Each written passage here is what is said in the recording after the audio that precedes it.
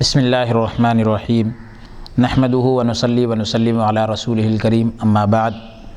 معزز ناظرین و سامعین، السلام علیکم ورحمۃ اللہ وبرکاتہ۔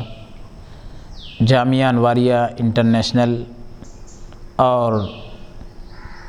باب العلم انواریہ ایجوکیشنل سوسائٹی کے زیر اہتمام احادیث مبارکہ کی ریکارڈنگ کا سلسلہ الحمدللہ جاری ہے۔ اسی کی ایک کڑی بخاری شریف کی شرح نعمت الباری کو ہم آپ کی خدمت میں پیش کر رہے ہیں۔ آج جہاں سے درس کا آغاز ہے، حدیث پاک کا نمبر ہے 243 اور باب کا عنوان ہے باب غسل المرأة اباہا الدم عن وجہہ۔ عورت کا اپنے باپ کے چہرے سے خون کو دھونا، عورت کا اپنے والد کے چہرے سے خون کو دھونا، صاف کرنا، اس بیان میں یہ باب ہے۔ تو یہ بتلایا جا رہا ہے کہ عورت اپنے باپ کے چہرے سے خون کو دھو سکتی ہے۔ اب گزشتہ جو باب تھا، پہلے جو باب تھا، اس کی اس باب سے کیا مناسبت ہے؟ وہ یہ ہے کہ امام بخاری رحمۃ اللہ علیہ نے اس میں یہ بیان کیا تھا کہ نبیذ سے وضو جائز نہیں ہے، نبیذ سے وضو جائز نہیں ہے، اور نشہ آور مشروب یعنی وہ پی جانے والی چیز جس میں نشہ پیدا ہو جائے اس سے وضو کرنا جائز نہیں، اور یہ ایک حکم شرعی ہے، یعنی شریعت کا حکم ہے۔ اور اس باب میں یہ بیان کیا ہے کہ عورت اپنے باپ کے چہرے سے خون کو دھو سکتی ہے، یعنی نجاست کو بدن پر چھوڑنا جائز نہیں ہے، اور یہ بھی ایک حکم شرعی ہے۔ اس کے ثبوت میں امام بخاری رحمۃ اللہ علیہ حسب ذیل تعلیق کو ذکر کرتے ہیں، یعنی اب نیچے جو قول ذکر کیا جا رہا ہے اس کو ذکر کرتے ہیں۔ وقال ابو العالیۃ امسحوا علی رجلی فإنہا مریضۃ، اور ابو العالیہ نے کہا کہ میرے پیر پر مسح کرو کیونکہ اس میں مرض ہے۔ ابو العالیہ کا نام رفیع بن مہران ہے۔ امام بخاری رحمۃ اللہ علیہ نے جو تعلیق ذکر کی ہے وہ ایک حدیث کا قطعہ ہے، یعنی ٹکڑا ہے۔ مکمل حدیث یہ ہے کہ معمر بیان کرتے ہیں کہ مجھے عاصم بن سلیمان نے خبر دی کہ ہم ابو العالیہ کے پاس گئے، وہ بیمار تھے، انہوں نے ان کو وضو کرایا، جب ان کا ایک پیر رہ گیا تو انہوں نے کہا کہ اس پر مسح کرو کیونکہ اس میں مرض ہے، اور اس پر سرخی اور ورم تھا، یعنی اس پر سوجن تھی اور اس کے اوپر جو ہے اس کا رنگ جو ہے لال ہو چکا تھا۔ حدیث پاک ملاحظہ فرمائیں۔ حدثنا محمد قال اخبرنا سفیان بن عیینۃ عن ابی حازم سمع سہل بن سعد الساعدی وسألہ الناس وما بینی وبینہ احد بأی شیء دوی جرح النبی صلی اللہ علیہ وسلم فقال ما بقي احد اعلم به مني كان علي يجيء بترسه فيه ماء وفاطمة تغسل عن وجهه الدم فأخذ حصير فأحرق فحشي به جرحه۔ امام بخاری رحمۃ اللہ علیہ روایت کرتے ہیں کہ ہمیں محمد نے حدیث بیان کی، انہوں نے کہا ہمیں سفیان بن عیینہ نے خبر دی، انہوں نے کہا کہ ابو حازم نے ہم کو کہا، اور انہوں نے کہا کہ حضرت سہل بن سعد ساعدی رضی اللہ عنہ نے کہا، اور لوگ ان سے سوال کر رہے تھے اور میرے اور ان کے درمیان اس وقت کوئی شخص نہیں تھا، میرے اور ان کے بیچ میں کوئی شخص نہیں تھا۔ لوگ ان سے سوال کر رہے تھے کہ نبی کریم صلی اللہ علیہ وسلم کے زخم کا علاج کس چیز سے کیا گیا؟ نبی کریم صلی اللہ علیہ وسلم کے زخم کا علاج کس چیز سے کیا گیا تھا، اس بارے میں لوگ ان سے پوچھ رہے تھے۔ تو حضرت سہل رضی اللہ عنہ نے کہا کہ اس بات کو مجھ سے زیادہ جاننے والا کوئی نہیں۔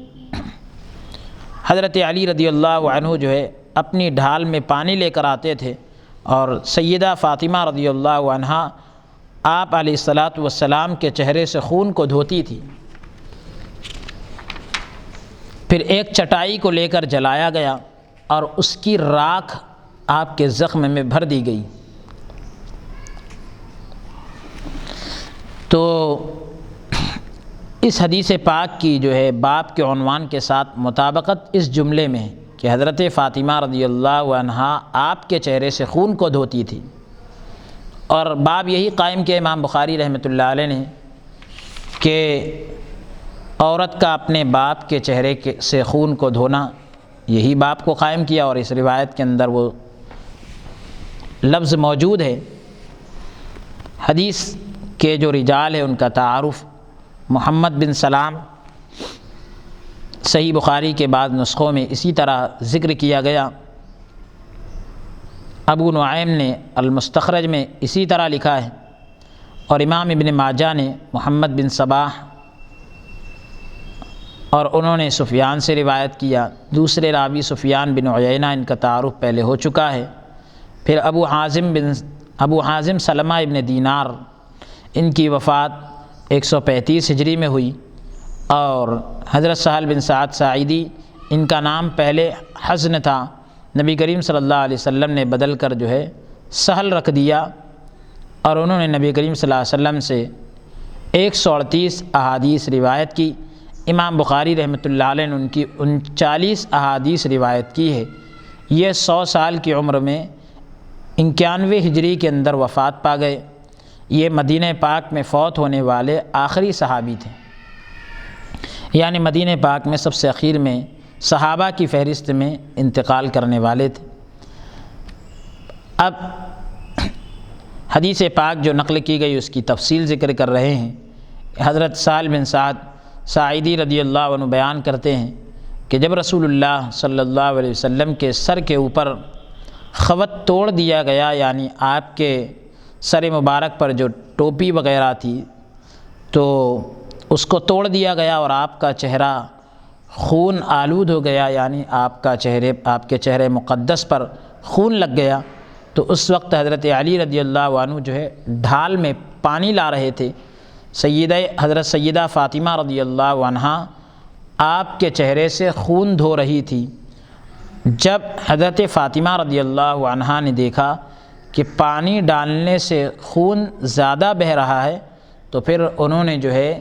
چٹائی کو جلایا اور اس کی راکھ کو آپ کے زخم میں بھر دیا، جس کی وجہ سے پھر خون رک گیا۔ خواتین کے لیے، عورتوں کے لیے اپنے محارم یعنی جو محرم ہوتے ہیں ان کا علاج کرنے کا جواز، یعنی بھئی یہ کہ وہ اپنے محرم کا علاج کر سکتی ہے، اس کے جائز ہونے کا یہاں پر ذکر ہے۔ انبیاء علیہ السلام پر تکلیفوں کی حکمت، یہ بھی اس میں ذکر کیا جائے گا، اور اسی طرح سے علاج کی مشروعیت، یعنی شرعاً علاج کو جو جائز قرار دیا گیا، اور اپنے علمی فضیلت کو بیان کرنے کا جواز کہ آدمی اپنی علمی فضیلت کو بھی ذکر کر سکتا ہے۔ اس حدیث سے معلوم ہوا علمی فضیلت کا ذکر کیسے کر سکتا ہے؟ وہی اس باب سے یہ پتہ چلے گا کہ یہ جائز ہے یا ناجائز ہے، اس کی ساری تفصیلات ابھی ذیل میں یعنی نیچے آ رہی ہے۔ اس حدیث سے معلوم ہوا کہ عورت اپنے والد اور دیگر محارم یعنی دوسرے محرموں کے امراض یعنی ان کی بیماریوں کا علاج کر سکتی ہے، اور اس حدیث میں دوا اور علاج کا ثبوت ہے۔ اس زمانے میں بھی خون کے روکنے اور مرہم پٹی کے جو اسباب تھے ان کو اختیار کیا گیا۔ اس حدیث میں یہ بھی ثبوت ہے، یعنی یہ ثابت ہوتا ہے کہ انبیاء کرام علیہم الصلاۃ والتسلیم بیماریوں اور تکلیفوں میں مبتلا ہوتے ہیں تاکہ ان کو زیادہ اجر ملے، اور ان کی امت یہ جان لے کہ انبیاء علیہم السلام اتنے فضائل اور کمالات کے حامل ہونے کے باوجود بشر ہیں، ان کے اجسام پر بھی وہ تکلیفیں آتی ہیں جو عام بشر کے اجسام پر آتی ہیں، وہ ان کے اجسام پر یعنی ان کے جسموں پر بھی وہ تکلیفیں آتی ہیں جو عام انسانوں کے جسموں پر تکلیفیں آتی ہیں، اور وہ یقین کر لے کہ وہ مخلوق ہے، خدا نہیں ہے، اور ان کے معجزات دیکھ کر اس طرح فتنے میں مبتلا نہ ہو جائیں جس طرح نصارہ فتنے میں مبتلا ہو گئے تھے۔ اس حدیث میں یہ ثبوت ہے کہ دوا اور علاج کرنا یہ توکل کے خلاف نہیں ہے۔ حضرت سہل سے لوگوں نے پوچھا کہ نبی کریم صلی اللہ علیہ وسلم کے زخم کا علاج کس چیز سے کیا گیا تھا؟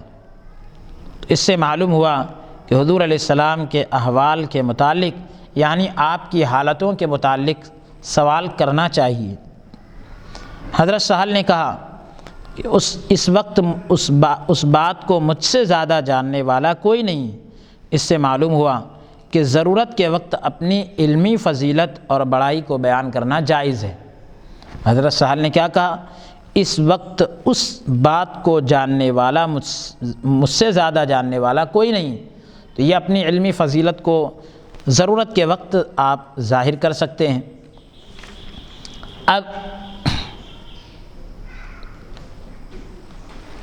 آیا نبی کریم صلی اللہ علیہ وسلم نے احد میں خون آلود کرنے والے کفار کے لیے دعائے مغفرت کی تھی یا نہیں؟ یہ سوال پیدا ہوتا ہے کہ نبی کریم صلی اللہ علیہ وسلم کو جن لوگوں نے خون آلود کر دیا تھا احد کے اندر، تو کیا ان کے لیے حضور صلی اللہ علیہ وسلم نے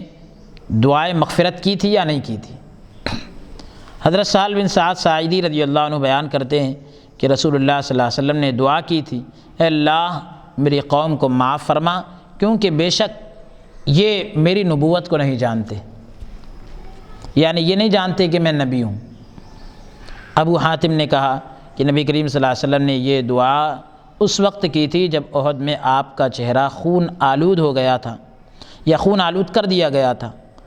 اور اس دعا کا معنی یہ ہے کہ اے اللہ میری قوم نے جو میرا چہرہ خون آلود کر دیا ہے ان کے اس گناہ کو معاف فرما دے۔ اور یہ کفار کے لیے دعائے مغفرت نہیں تھی، اور اگر آپ ان کافروں کے لیے دعائے مغفرت کرتے تو یقینی طور پر لا محالہ یقینی طور پر وہ سب کافر اسی وقت اسلام لے آتے۔ حضرت عبداللہ بن مسعود رضی اللہ عنہ بیان کرتے ہیں کہ گویا میں نبی علیہ السلام کے چہرے کی طرف دیکھ رہا تھا، حضور علیہ الصلاۃ والسلام انبیاء میں سے کسی نبی کی حکایت فرما رہے تھے، یعنی کسی نبی کا واقعہ بیان فرما رہے تھے کہ اس نبی کو ان کی قوم نے مار مار کر خون آلود کر دیا، اور وہ اپنے چہرے سے خون کو صاف کرتے ہوئے کہہ رہے تھے اے اللہ میری قوم کو معاف فرما، بے شک یہ میری نبوت کو نہیں جانتے۔ تو یہ نبی کریم صلی اللہ علیہ وسلم انبیاء میں سے کسی نبی کی حکایت کو بیان کر رہے تھے، اپنی حکایت کو اپنے واقعے کو بیان نہیں کر رہے تھے۔ علامہ نووی رحمۃ اللہ علیہ نے لکھا ہے کہ ہمارے نبی صلی اللہ علیہ وسلم کے لیے بھی اسی طرح جنگ احد کے اس کی مثل یعنی اس کی مثال جنگ احد کے دن واقع ہوئی۔ نبی کریم صلی اللہ علیہ وسلم نے بھی اپنے آپ کو خون آلود کرنے والے تمام کافروں کے لیے نبی کریم صلی اللہ علیہ وسلم نے یہ کہا اے اللہ ان کے اس گناہ کو معاف فرما دے، کیونکہ یہ لوگ جو ہے نبی کریم صلی اللہ علیہ وسلم نے یہ کہا تھا کہ یا اے اللہ یہ میری نبوت کو نہیں جانتے، اے اللہ میری قوم کو معاف فرما دے، یہ کہا تھا۔ حافظ ابن حجر عسقلانی رحمۃ اللہ علیہ اس حدیث کی شرح میں لکھتے ہیں، علامہ قرطبی نے کہا ہے کہ نبی کریم صلی اللہ علیہ وسلم نے جس نبی کی حکایت کی ہے اس سے مراد خود آپ کی ذات ہے، حضور صلی اللہ علیہ وسلم نے جو کسی نبی کے واقعے کا جو ذکر کیا کہ اللہ تعالیٰ جو ہے یہ کہا کہ نبی پاک نے نبی پاک کی قوم نے مار مار کر خون آلود کر دیا، اور وہ نبی جو ہے اپنے چہرے سے خون صاف کر کے کہہ رہے تھے اللہ میری قوم کو معاف فرما۔ تو یہ نبی کریم صلی اللہ علیہ وسلم خود اپنی ہی حکایت کو اور اپنے ہی واقعے کو نقل فرما رہے ہیں۔ حافظ عسقلانی رحمۃ اللہ علیہ نے علامہ قرطبی کا رد کرتے ہوئے لکھا کہ نبی کریم صلی اللہ علیہ وسلم نے احد کے دن یہ فرمایا تھا وہ قوم کیسے فلاح پائے گی، یعنی وہ قوم کیسے کامیاب ہوگی جس نے اپنے نبی کے چہرے کو خون آلود کر دیا۔ پھر حافظ ابن حجر عسقلانی رحمۃ اللہ علیہ نے صحیح ابن حبان میں کی 973 کی حدیث میں ذکر کیا 973 اور ابو حاتم کا کلام نقل کیا، پھر اس پر یہ اعتراض کیا ہے کہ یہ کلام اس پر مبنی ہے کہ نبی کریم صلی اللہ علیہ وسلم کی دعا کے مقبول ہونے میں تاخیر جائز نہیں۔ ایسا نہیں ہو سکتا کہ حضور دعا کرے اور وہ قبول نہ ہو۔ حالانکہ نبی کریم صلی اللہ علیہ وسلم نے 3 دعائیں کی تو اللہ نے 2 آپ کو عطا فرما دی اور 1 سے منع فرما دیا، روک دیا۔ پھر علامہ قرطبی رحمۃ اللہ علیہ کے رد میں اس حدیث کو نقل کیا۔ حضرت عبداللہ ابن مسعود رضی اللہ عنہ بیان کرتے ہیں کہ جب جعرانہ ایک مقام کا نام ہے، جب جعرانہ میں رسول اللہ صلی اللہ علیہ وسلم جنگ حنین کا مال غنیمت تقسیم فرما رہے تھے، بانٹ رہے تھے، تو لوگ آپ پر ٹوٹ پڑے۔ تب رسول اللہ صلی اللہ علیہ وسلم نے فرمایا اللہ کے بندوں میں سے ایک بندے کو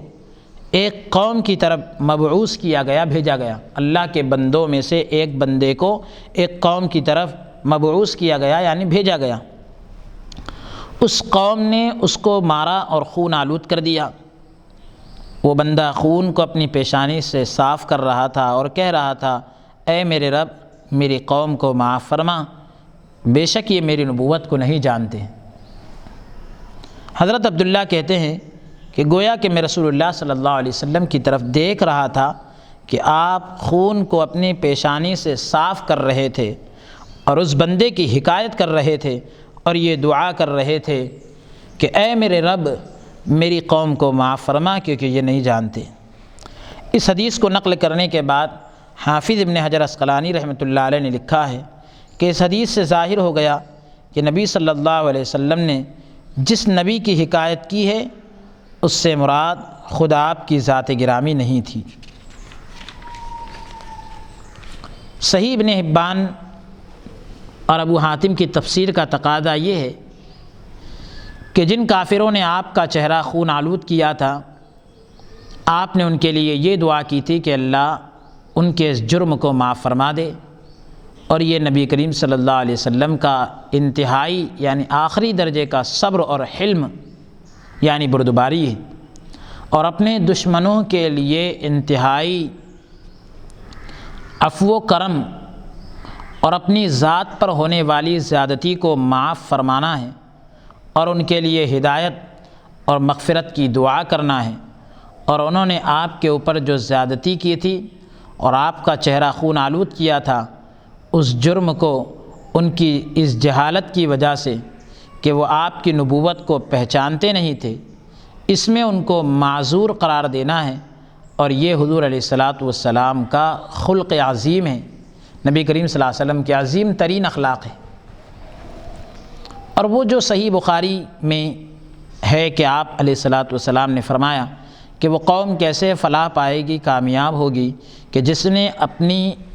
اپنے نبی کا چہرہ خون آلود کر دیا، یہ آپ نے اس وقت فرمایا جب آپ کا چہرہ کافروں نے خون آلود کر دیا تھا۔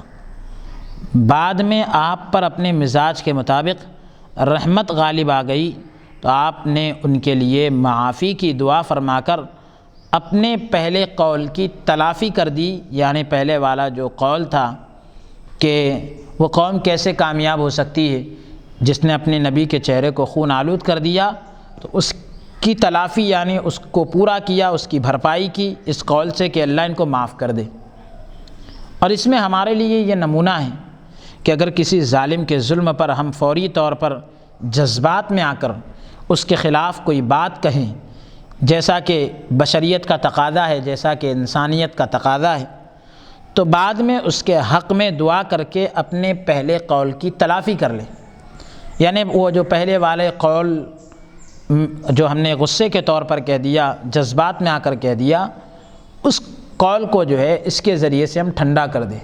کہ اس کے حق میں کوئی اچھے بول دیں، کوئی اچھے کلمات کہہ دیں۔ اور صحیح بخاری میں نبی علیہ الصلاۃ والسلام نے جس نبی کی حکایت فرمائی وہ بنی اسرائیل کے انبیاء میں سے کوئی نبی تھے، کیونکہ امام بخاری نے اس حدیث کو انبیاء بنی اسرائیل کے ذکر میں بیان کیا ہے، تذکرے میں بیان کیا، اور اس سے مراد خود آپ کی ذات گرامی نہیں ہے بلکہ کسی اور نبی کا ذکر ہے، جیسا کہ حافظ ابن حجر نے تحقیق کی۔ باب مذکور کی حدیث، یعنی جو مذکورہ باب ہے اس کی حدیث شرح صحیح مسلم 4527 جلد نمبر 5 صفحہ نمبر 552 پر بھی ذکر کی گئی۔ وہاں اس کی شرح نہیں کی گئی بلکہ اس کی شرح کے لیے آپ کو یہاں پر ہی مطالعہ کرنا پڑے گا اور سننا پڑے گا۔ آپ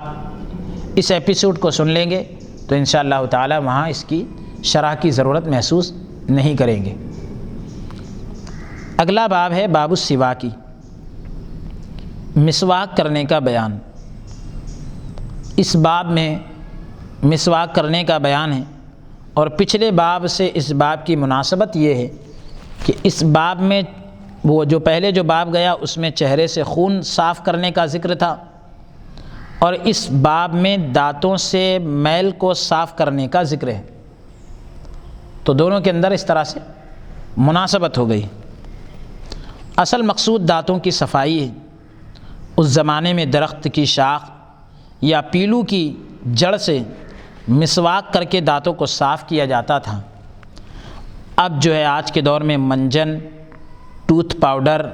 یا ٹوتھ پیسٹ سے دانتوں کو صاف کیا جاتا ہے۔ جیسے زمانے میں زخم سے خون روکنے کے لیے، جیسے اس زمانے کے اندر زخم سے خون روکنے کے لیے چٹائی جلا کر راکھ جو ہے زخم میں بھر دی جاتی تھی، اب آج کے دور میں جدید دوائیں مثلا اسکین آئنٹمنٹ اور پولی فیکس اس طرح کے ٹنچر وغیرہ زخم پر لگا دی جاتے ہیں، اور کیونکہ مقصود علاج ہے، مقصد کیا ہے؟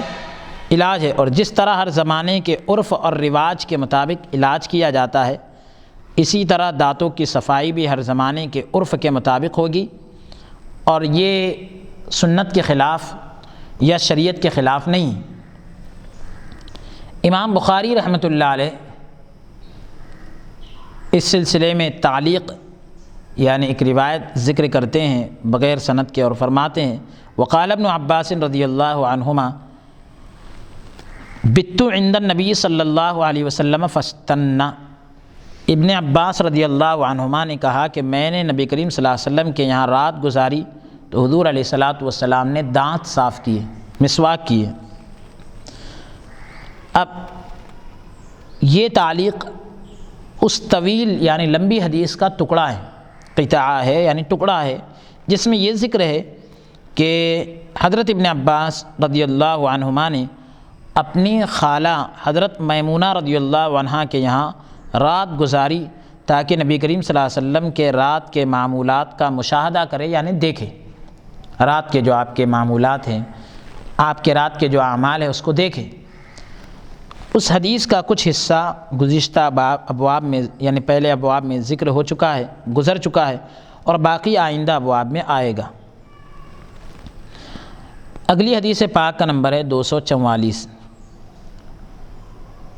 حدثنا ابو النعمان قال حدثنا حماد بن زید عن غیلان بن جریر عن ابی بردۃ عن ابیہ قال اتیت النبی صلی اللہ علیہ وسلم فوجدته يستن بسواک بیدہ یقول اع والسواک فیہ کأنہ یتہوع۔ امام بخاری رحمۃ اللہ علیہ روایت کرتے ہیں کہ ہمیں ابو النعمان نے حدیث بیان کی، انہوں نے کہا کہ ہمیں حماد بن زید نے یہ حدیث بیان کی، اور وہ غیلان بن جریر سے، اور وہ ابو بردہ سے، اور وہ اپنے والد سے بیان کرتے ہیں کہ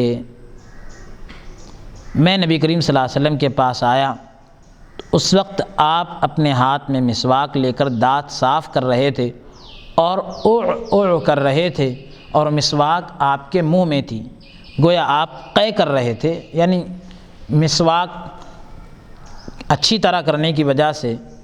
اور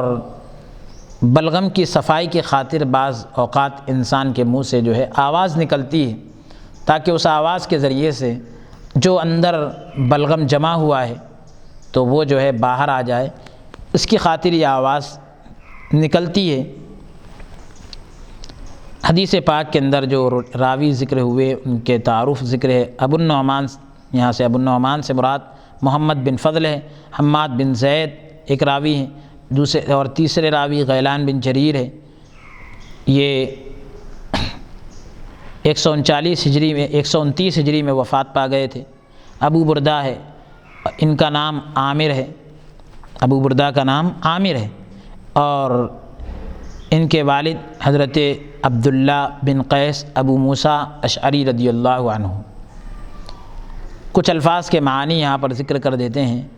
ایک لفظ ہے حدیث پاک کے اندر اوع، جب مسواک کو حلق کے اخیر تک لے جا کر حلق کو صاف کیا جائے تو ایسی آواز نکلتی ہے۔ یتہوع کے معنی آتے ہیں بلا تکلف قیانا، تو ایسا قے آ جاتی ہے، بعض اوقات الٹی کے جیسا محسوس ہوتا ہے۔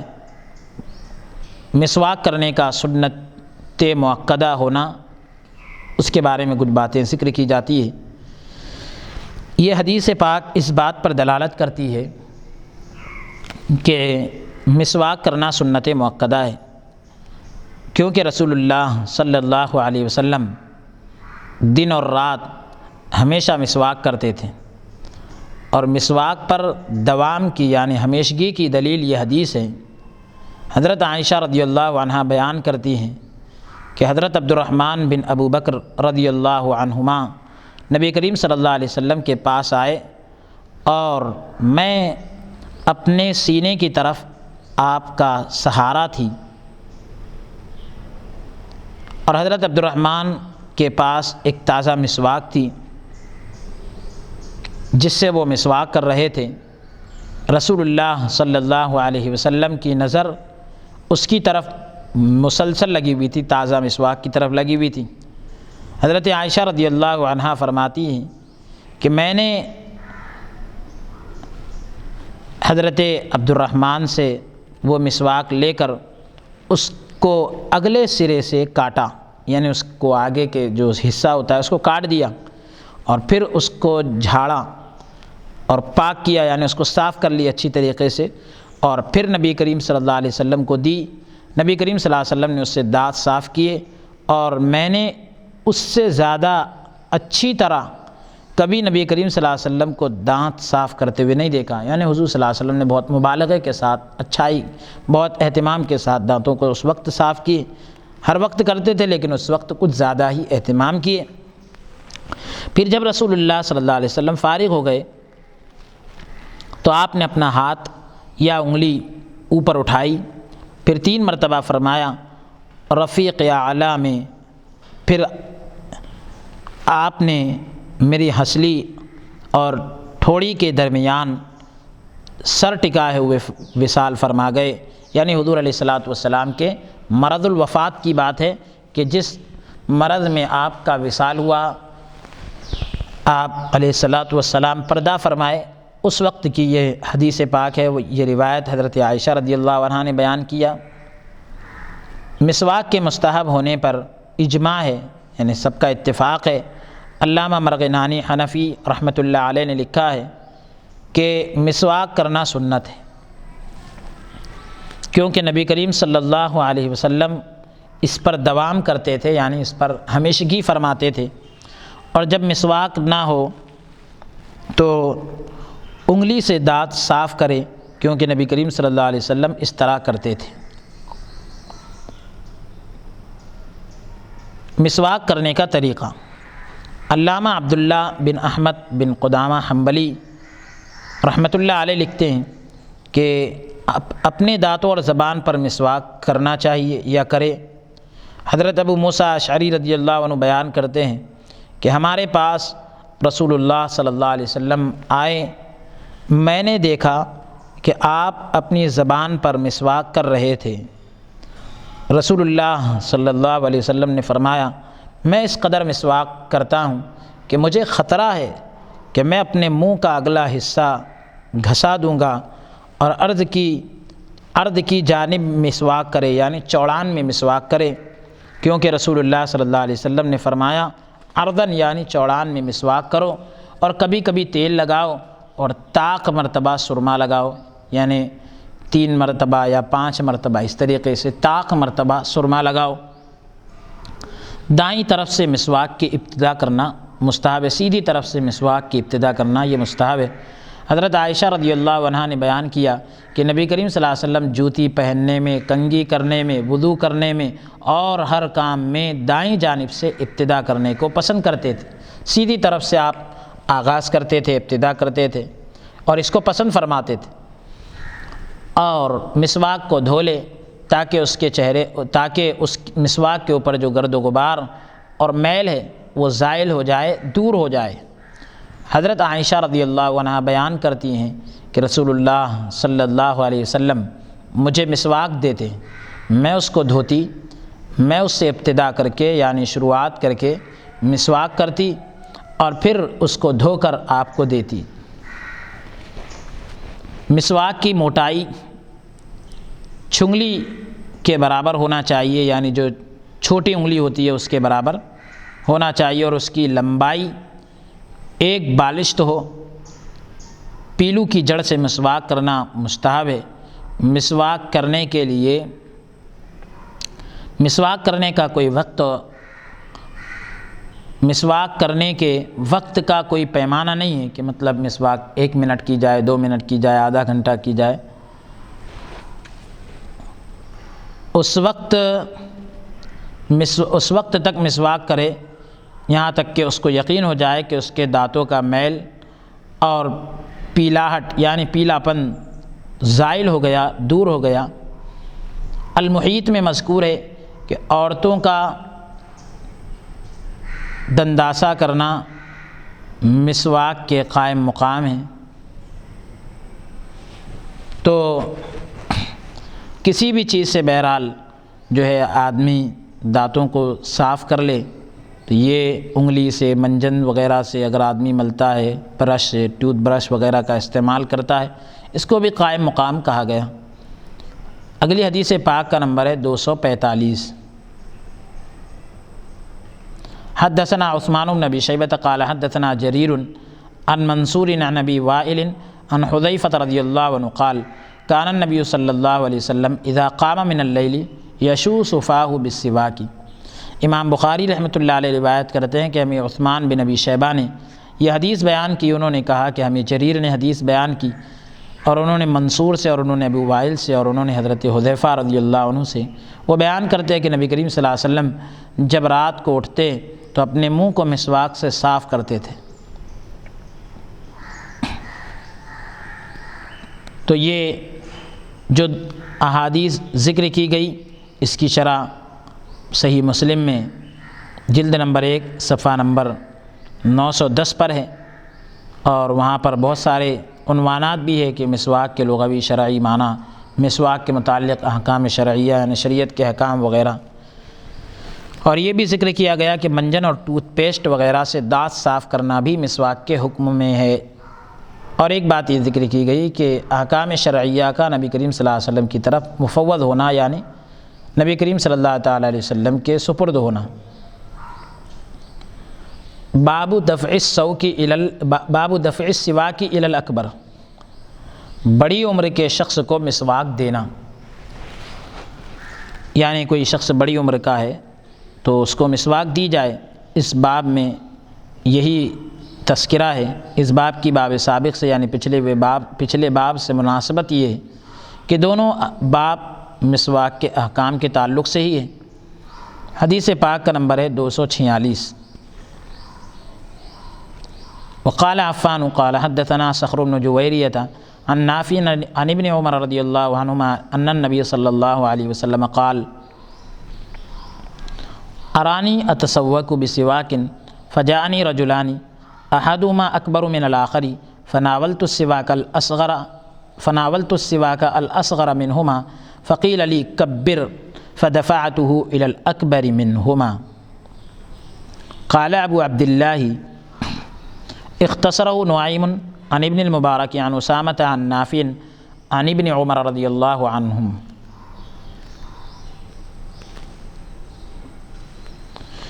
امام بخاری رحمۃ اللہ علیہ روایت کرتے ہیں اور عفان نے کہا کہ ہمیں صخر بن جویریہ نے حدیث بیان کی اور انہوں نے نافع سے انہوں نے حضرت ابن عمر رضی اللہ عنہما سے وہ بیان کرتے ہیں کہ نبی کریم صلی اللہ علیہ وسلم نے فرمایا میں نے خواب میں دیکھا کہ میں ایک مسواک کے ساتھ مسواک کر رہا ہوں، یعنی ایک مسواک سے میں مسواک کر رہا ہوں، تو میرے پاس دو آدمی آئے، ان میں سے ایک دوسرے سے بڑی عمر کا تھا، یعنی دو لوگ ایسے آئے کہ ان میں سے ایک بڑا تھا اور ایک چھوٹا تھا۔ میں نے مسواک چھوٹے کو دے دی تو مجھ سے کہا گیا کہ بڑے کو دے، پھر میں نے وہ مسواک ان میں سے بڑے کو دے دی، یعنی دو لوگ جب موجود ہیں اور آپ ان کو کوئی چیز دینا چاہتے ہیں تو ابتدا جو ہے آغاز جو ہے بڑے سے کرنا چاہیے تاکہ اس میں بڑے کا مقام اور مرتبہ ظاہر ہو۔ چھوٹے کو دینے کے بجائے آپ بڑے کو وہ چیز دیں تاکہ وہ بڑے کا مقام اور مرتبہ وہاں پر ظاہر رہے۔ حدیث مذکور یعنی جو حدیث پاک ذکر کی گئی اس کے رجال یعنی اس کے راویوں کا تعارف ذکر کر رہے ہیں۔ عفان بن مسلم ان سے یعنی یہ جو ذکر کیا گیا تو عفان بن مسلم ان سے آزمائش کے زمانے میں قرآن مجید کے متعلق سوال کیا گیا تو انہوں نے قرآن مجید کو مخلوق کہنے سے انکار کیا۔ یہ جو ہے جرح اور تعدیل کرتے تھے، ان سے کہا گیا کہ اس سے رک جاؤ، یعنی مطلب یہ کہ حدیث پاک کے تعلق سے کیا صحیح ہے اور کیا غلط ہے، راویوں کے تعلق سے وہ نقد و جرح کرتے تھے تو جرح اور تعدیل کرتے تھے، تو ان سے کہا گیا کہ اس سے رک جاؤ، اور ان کو 10,000 دینار کی پیشکش کی گئی تو انہوں نے انکار کر دیا، یعنی ان سے کہا گیا کہ آپ 10,000 دینار لے لو، اور یہ آپ حدیث پاک کی جو تحقیق اور جستجو اور راویوں کی جو تحقیق اور جستجو کرتے ہیں تو آپ جو ہے اس کام سے رک جائیے، تو انہوں نے انکار کر دیا اور کہا کہ میں حق کو نہیں چھپا سکتا۔ یہ جو ہے 220 ہجری میں بغداد کے اندر وفات پا گئے۔ پھر ایک ہے صخر بن، ایک راوی ہے صخر بن جویرہ، یہ ثقہ راوی ہے۔ تیسرے نافع، یہ حضرت ابن عمر رضی اللہ عنہما کے آزاد کردہ غلام ہیں، حضرت عبداللہ بن عمر خطاب رضی اللہ عنہما ہیں۔ حضرت امام ابو عبداللہ بن محمد اسماعیل بخاری رحمۃ اللہ علیہ یہ بھی مشہور و معروف ہیں۔ نعیم بن حماد المروزی الخزاعی مصری، امام احمد نے کہا کہ ہم ان کو الفارث کہتے تھے کیونکہ یہ علم الفرائض کے سب سے بڑے عالم تھے، یعنی میراث کا جو علم ہوتا ہے اس کے سب سے بڑے عالم تھے، اس لیے ہم ان کو الفارث کہتے تھے۔ ان سے قرآن مجید کے متعلق سوال کیا گیا تو انہوں نے ان کی منشا کے مطابق جواب نہیں دیا تو ان کو قید کر لیا گیا، یہاں تک کہ یہ قید خانے میں ہی 228 ہجری کے اندر وفات پا گئے۔ یہ اسحاق بن ہارون رشید کی خلافت کا زمانہ تھا۔ اور پھر ایک راوی ہے عبداللہ بن مبارک اور ایک ہے اسامہ ابن زید اللیثی، ان پر جرح کی گئی، یہ 253 ہجری کے اندر وفات پا گئے۔ اصل حدیث پاک جس کا اختصار کیا گیا یعنی جس کو مختصر کیا گیا، اس حدیث میں مذکور ہے کہ اس کے متن کا نعیم بن حماد نے اختصار کیا ہے۔ اصل حدیث کا متن اس طرح ہے۔ نافع حضرت ابن عمر رضی اللہ عنہما سے روایت کرتے ہیں کہ مجھے حضرت جبرائیل علیہ السلام نے حکم دیا کہ میں بڑے کو دوں یا کہا کہ بڑے کو مقدم رکھوں، یعنی بڑے کو پہلے رکھوں۔ حضرت عائشہ رضی اللہ عنہ بیان کرتی ہیں کہ رسول اللہ صلی اللہ علیہ وسلم مسواک کر رہے تھے اور آپ کے پاس وہ شخص تھے آپ کے پاس دو شخص تھے، ان میں سے ایک دوسرے سے بڑا تھا، تو مسواک کی فضیلت میں آپ کی طرف یہ وحی نازل کی گئی کہ آپ ان میں سے بڑے کو مسواک دیں۔ اگر یہ سوال کیا جائے کہ حضرت عائشہ رضی اللہ عنہا کی روایت میں بیداری کا واقعہ ہے اور امام بخاری نے خواب کا واقعہ بیان کیا ہے، تو اس کا جواب یہ ہے کہ جب رسول اللہ صلی اللہ علیہ وسلم نے اپنا خواب بیداری میں بیان کر دیا تو اس کو حضرت عائشہ رضی اللہ عنہا نے بیان کیا۔ اب بڑی عمر والے کی فضیلت، اس حدیث سے معلوم ہوا کہ جب کسی مجلس میں بڑی عمر کا شخص موجود ہو تو اس کا حق مقدم ہے، یعنی پہلے ہے۔ ماں سوا اس کے یعنی اس کے علاوہ کم عمر دائیں جانب ہو تو پھر دائیں جانب والے کا حق مقدم ہے، یعنی سیدھی طرف اگر کم عمر والا ہو تو پھر اب اسی سے آپ آغاز کر دیں، کسی بھی چیز کے دینے کے اندر اسی سے ابتدا کر دیں۔ اب یہ نہیں دیکھیں گے کہ بڑا کس طرف بیٹھا ہے، بلکہ اب یہ دیکھا جائے گا کہ ہماری سیدھی طرف کون بیٹھا ہے اس کو دیں گے، چاہے اب وہ بڑا ہو یا چھوٹا ہو۔ جیسا کہ آپ نے ایک مجلس میں ایک کم عمر لڑکے کو اپنا بچا ہوا دودھ عطا کیا، یعنی دودھ پینے کے بعد جو بچ گیا، حضور علیہ الصلوۃ والسلام نے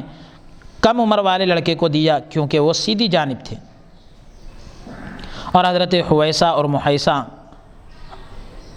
تو یہ اپنے مقتول کی دیت، یعنی ان کی خاندان میں کسی کا قتل ہو گیا تھا تو اس کے سلسلے میں بات کرنے کے لیے آئے تو حضور علیہ الصلوۃ والسلام نے فرمایا بڑے کو بات کرنے دو۔ جو چھوٹے تھے بھائیوں میں وہ بات کرنا چاہ رہے تھے، پیارے نبی صلی اللہ علیہ وسلم نے یہ کہا کبر کبر، بڑے کو بات کرنے دو۔ اس حدیث پاک کی جو شرح ہے صحیح مسلم جلد نمبر 6 صفحہ نمبر 655 پر بھی ذکر ہے، وہاں اس حدیث کی شرح نہیں ذکر کی گئی، اس کے لیے آپ یہاں پر ہی ملاحظہ کر لیں۔ اگلا باب ہے باب فضل من بات علی الوضوء، اس شخص کی فضیلت جو وضو کر کے رات کو سوئے، باوضو جو رات گزارے، اس شخص کی فضیلت کا بیان ہے۔ اور پچھلے باب سے اس کی مناسبت یہ ہے کہ دونوں باب میں وضو کی فضیلت کا ذکر آیا۔ یہ الگ بات ہے کہ پہلے باب میں مسواک کی فضیلت آئی اور اس میں باوضو سونے کا ذکر آیا، لیکن مسواک بھی تو وضو کی ہی سنت ہے، لہذا دونوں باب میں مناسبت پائی جا رہی ہے۔ حدیث پاک کا نمبر ہے 247۔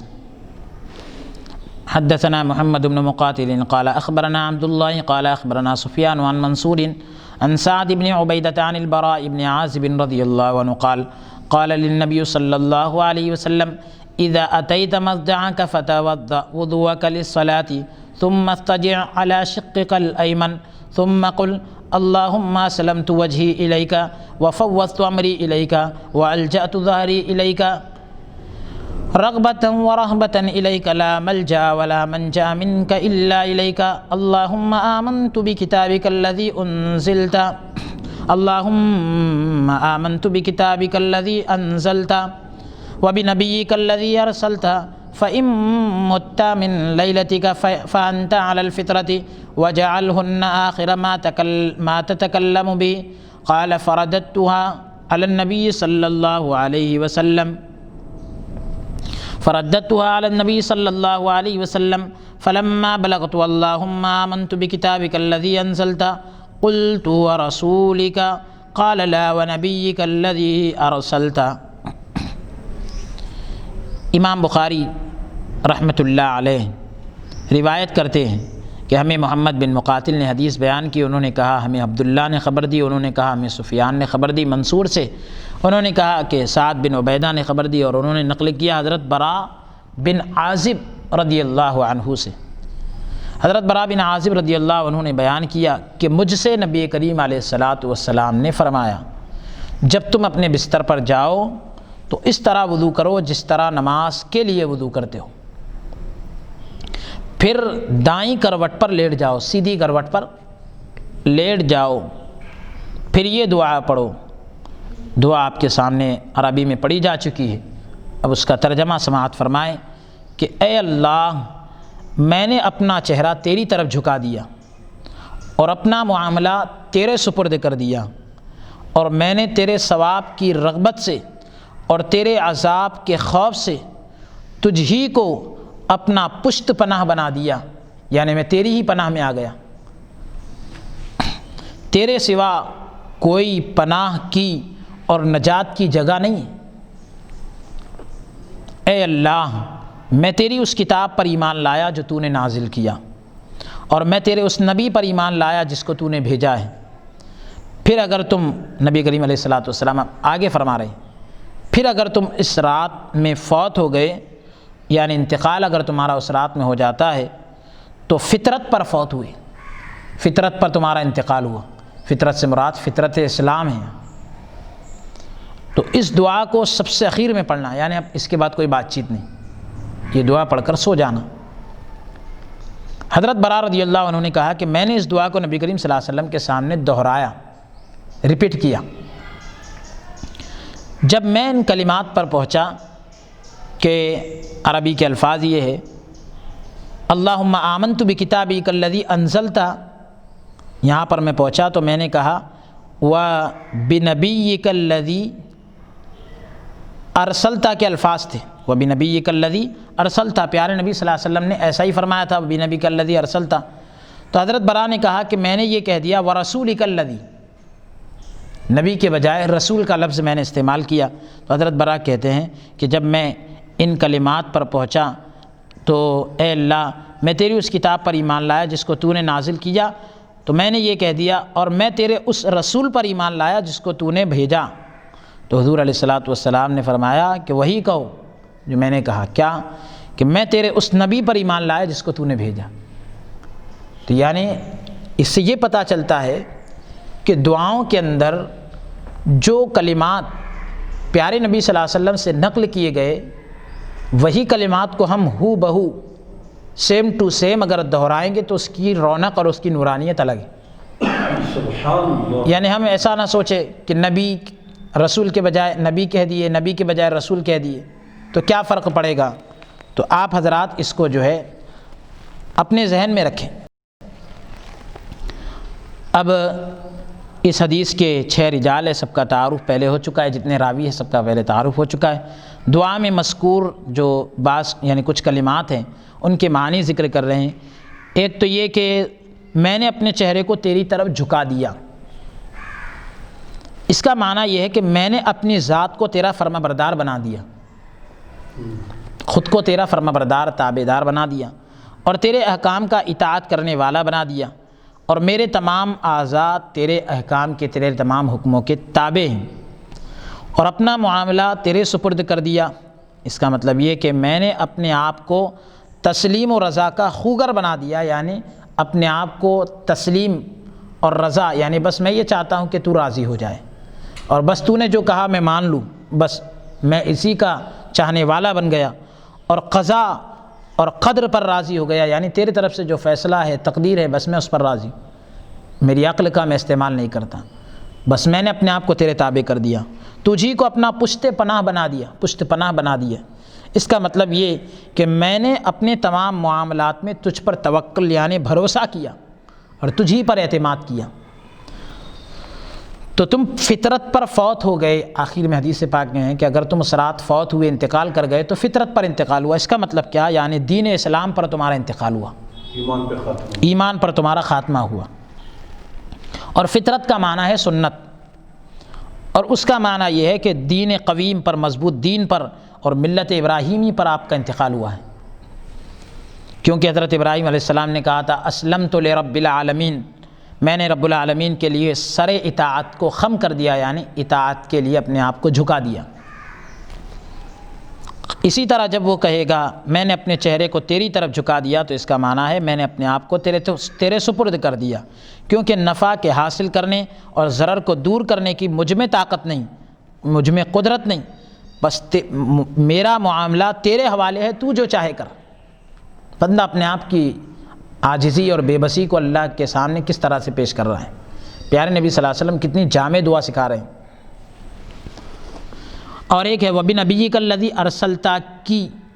وَبِرَسُولِكَ الَّذِي أَرْسَلْتَ پر وجوہ ترجیح، یعنی پیارے نبی صلی اللہ علیہ وسلم نے جو یہ فرمایا وَبِنَبِيِّكَ الَّذِي أَرْسَلْتَ کیوں کہا، وَبِرَسُولِكَ الَّذِي أَرْسَلْتَ کیوں نہیں کہا؟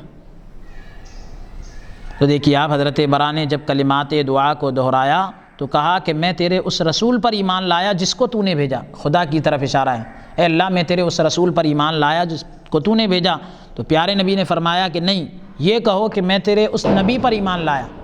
میں تیرے اس نبی پر ایمان لایا جس کو تو نے بھیجا ہے۔ حضرت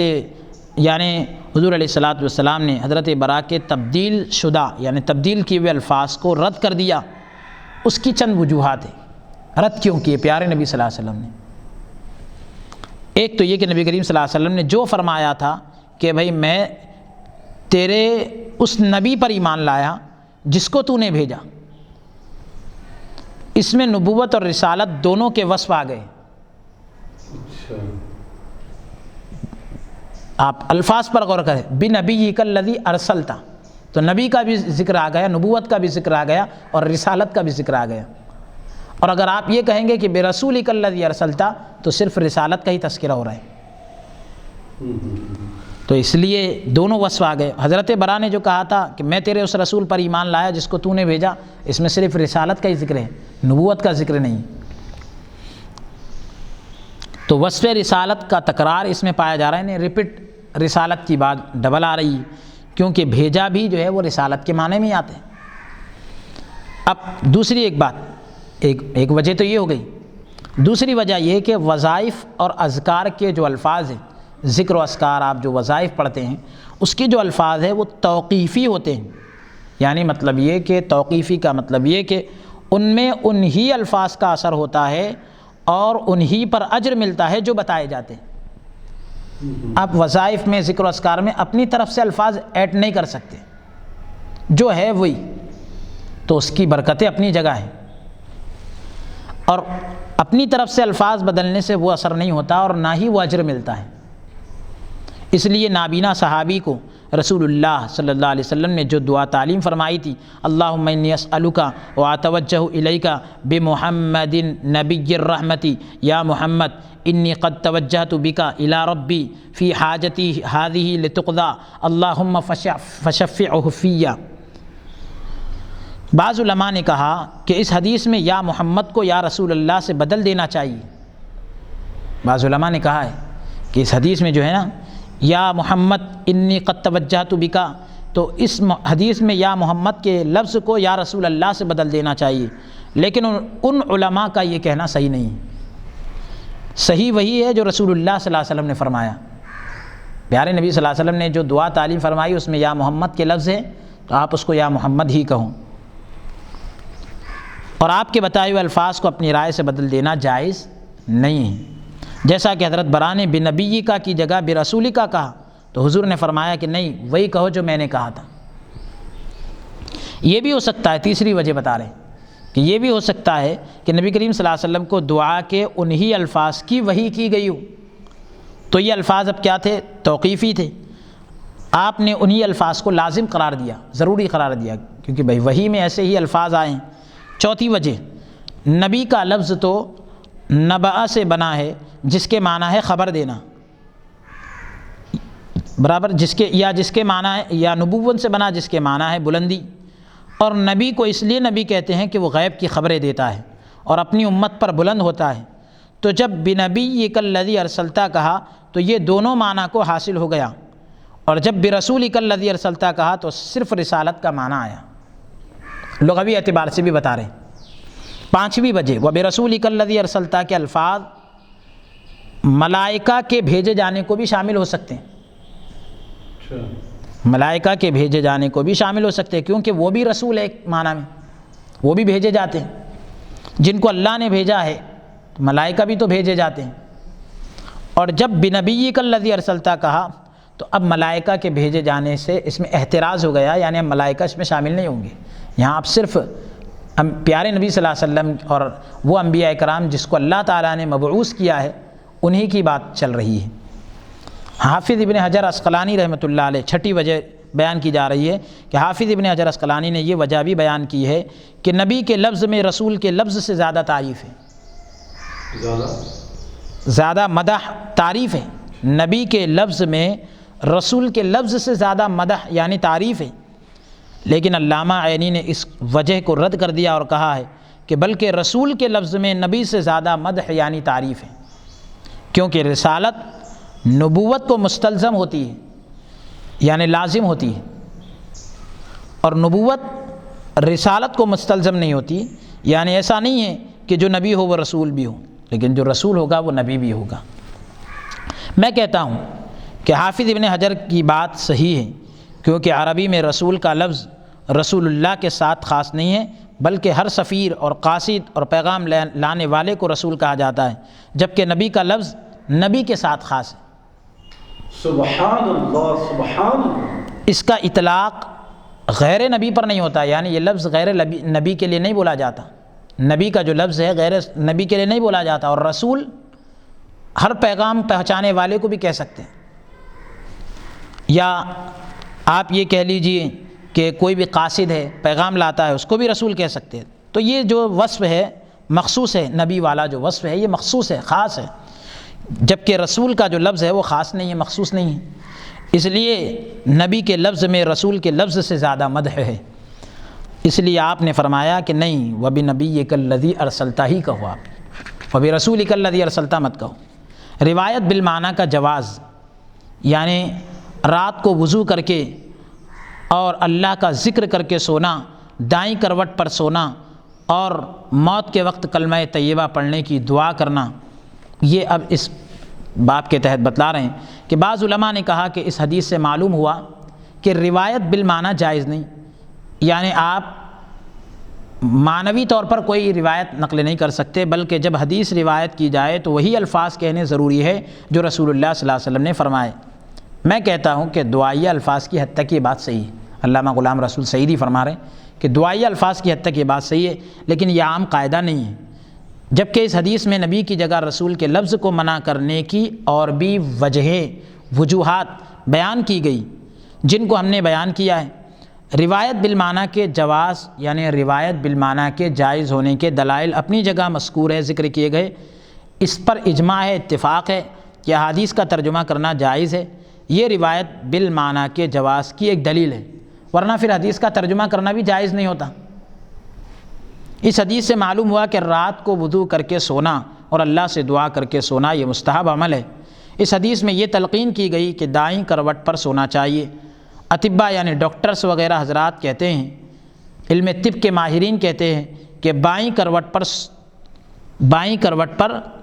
سونا چاہیے، اس سے کھانا جلد ہضم ہوتا ہے، اور بادشاہوں کا طریقہ چت لیٹ کر سونا ہے، اور کافروں کا طریقہ اوندھے لیٹ کر سونا ہے۔ لیکن ہم مسلمانوں کو نبی کریم صلی اللہ علیہ وسلم کی ہدایت اور آپ کی سنت کے مطابق دائیں کروٹ پر لیٹ کر سونا چاہیے، اور رسول اللہ صلی اللہ علیہ وسلم کی سنت کی اتباع کرنا چاہیے، اللہ کا ذکر کر کے سونا چاہیے، تاکہ ہمارا خاتمہ بھی اللہ تعالیٰ کے ذکر پر ہو۔ وہ کتنے گمراہ اور بدنصیب لوگ ہیں جو یہ کہتے ہیں کہ ہماری یہ دعا ہے کہ مرتے وقت ہماری زبان پر اللہ کے نام کے بجائے ہمارے پیر کا نام ہو۔ ہم ایسی دعاؤں سے اللہ کی پناہ طلب کرتے ہیں، اور یہ دعا کرتے ہیں کہ مرتے وقت بھی ہماری زبان پر لا الہ الا اللہ محمد الرسول اللہ ہماری زبان پر ہو۔ الحمدللہ رب العالمین۔ تو معزز ناظرین اکرام اور سامعین اکرام، یہاں رک کر ایک بات بتلانا چاہتا ہوں کہ یہ جو بات ذکر کی گئی کہ بعض اطباء یہ کہتے ہیں کہ بائیں کروٹ پر لیٹنا چاہیے، یہ سنت کے خلاف ہے۔ سنت طریقہ ہے دائیں کروٹ پر لیٹنا، اور سنت طریقے کے اندر ہی ہماری بھلائی ہے۔ ہمارے استاد محترم عمدۃ المحدثین حضرت علامہ مولانا خواجہ شریف علیہ الرحمہ آپ فرماتے ہیں کہ اگر کوئی شخص بائیں کروٹ پر لیٹتا ہے، الٹی کروٹ پر لیٹ کر سوتا ہے، اس کا عادی ہوتا ہے، تو ممکن ہے کہ اس کا دل بڑا ہو جائے، ہارٹ بڑا ہو جائے۔ ہارٹ میں جو ہے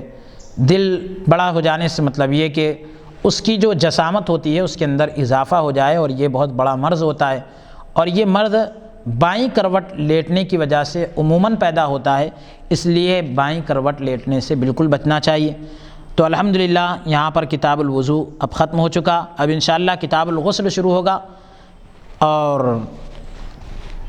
یہ جو حدیث پاک ذکر کی گئی شرح صحیح مسلم جلد نمبر 7 صفحہ نمبر 486 پر مذکور ہے، وہاں اس حدیث کی شرح نہیں کی گئی، صرف جو ہے وہاں پر بہت اختصار کے ساتھ اس کو ذکر کیا گیا ہے۔ بہرحال آپ اس حدیث کی شرح کو یہاں پر ہی ملاحظہ کر سکتے ہیں۔ اللہ رب العالمین کی بارگاہ میں دعا کرتا ہوں کہ پروردگار عالم ہمارے اس درس کو اپنی بارگاہ میں قبول فرمائے، اور اللہ رب العزت اس کو جو ہے نجات کا اور مغفرت کا ذریعہ بنائے۔ اللہ تبارک و تعالی جو ہے اس کار خیر میں حصہ لینے والوں کو جزائے خیر عطا فرمائے، اور اللہ تبارک و تعالی ہم سب کا ایمان پر خاتمہ نصیب فرمائے۔ پیارے نبی صلی اللہ علیہ وسلم سے جو دعائیں نقل کی گئی، ان دعاؤں کو پڑھ کر سونے کی اور ان دعاؤں پر عمل پیرا ہونے کی ہم سب کو توفیق عنایت فرمائے، آمین۔ وصلی اللہ تعالی وسلم علی خیر خلقہ سیدنا و نبینا محمد وعلی آلہ و اصحابہ اجمعین، والحمد للہ رب العالمین۔